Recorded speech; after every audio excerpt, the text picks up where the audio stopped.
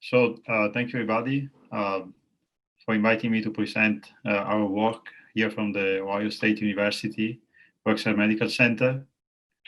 This work was done in collaboration with Dr. Snell from the Focus Ultrasound Foundation, and Dr. Viva Krishna is my supervisor here in the Department of Neurosurgery. The title of this work is Defining Optimal Parameters for Focus Ultrasound Thermal Neuromodulation. And doing focus ultrasound ablation, we perform subthreshold testing during an essential tremor treatment.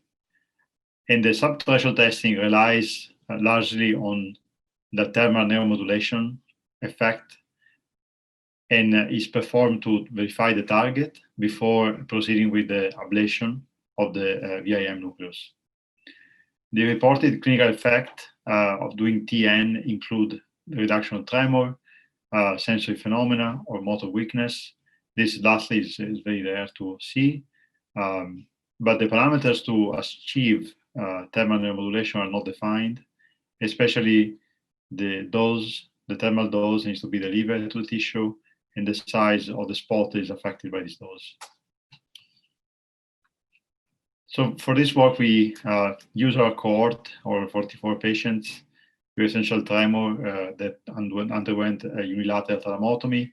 We downloaded all the intraoperative data from the console, the Exablade 4000 console, and the assessment that we performed during each indication.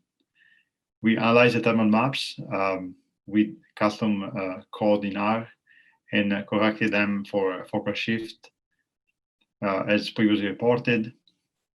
We computed also a thermal dose for each sonication and categorized into less than 25 cumulative equivalent minutes that has been shown to be reversible, and we call this as thermal neuromodulation.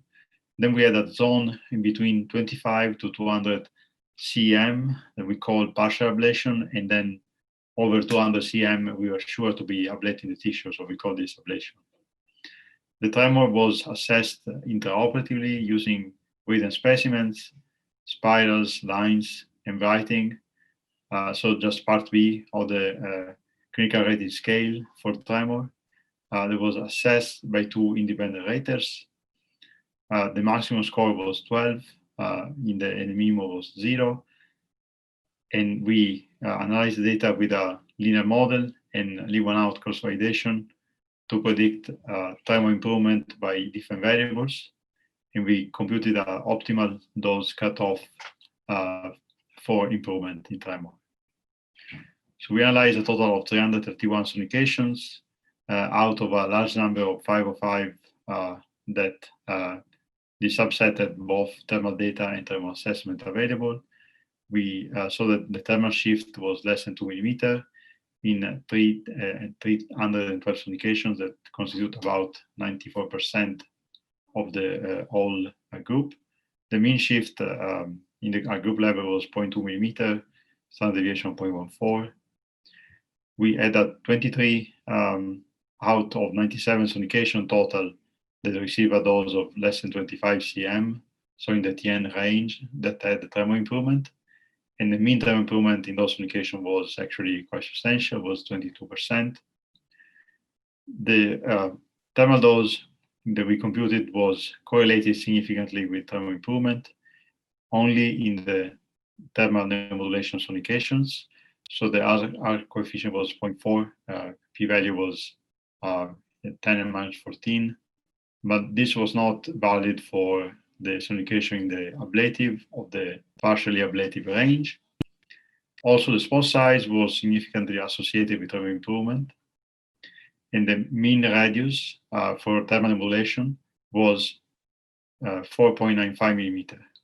So when we estimated the reliability of thermal dose in predicting tremor improvement, we calculated an area under the curve of 0.74. We remember that more than 0.7 is considered reliable from the literature, and the optimal cutoff was corresponding to a dose of 0.67 cm with the sensitivity of 0.62 and specificity of 0.76. So we conclude that the thermal dose and spot size are associated with thermal improvement only during thermal neuromodulation, and the optimal dose for intraoperative thermal reduction was 0.67 cm. That corresponds largely to 40 seconds exposure at 43 degrees centigrade.